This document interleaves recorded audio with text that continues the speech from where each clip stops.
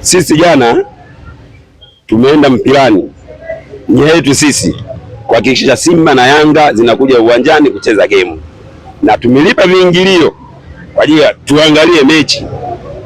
Kitendo Simba alichokifanya cha kususia mechi, wametukosea sisi mashabiki wa mpira, hakiko sawa kabisa. Kwa sababu gani? Leo hii watu wametoka, mimi nimetoka Mbande, najua nimelipa tiketi ya shilingi 10,000, nimetoka zangu Mbande, nimefika pale, nimetumia mafuta, nimepoteza muda wangu, nimeondoka na marafiki zangu ambao walikuwa na tiketi.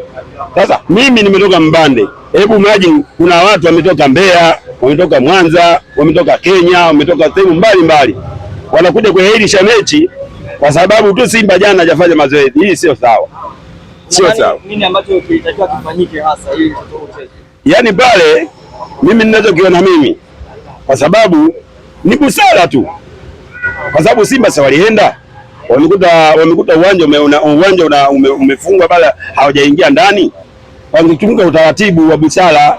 Mimi nafikiri nchi yetu kuna watu wengi wana busara, wangeenda tu pale wakaambia jamani, sikilizeni, Simba tatizo si mnataka kuingia uwanjani, wangeambia waingie.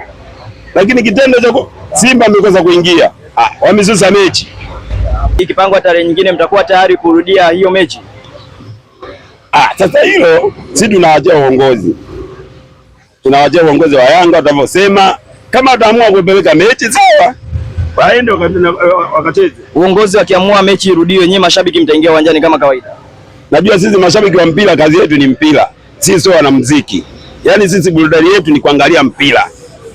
Sasa basi kitendo alichokifanya Simba Sports sio cha kiungwana, lakini naomba viongozi wa Yanga waliangalie, kwa sababu leo hii tukisema tunasusa, haya tutasusa kwenda mpirani, zile hela zetu wataturudishia.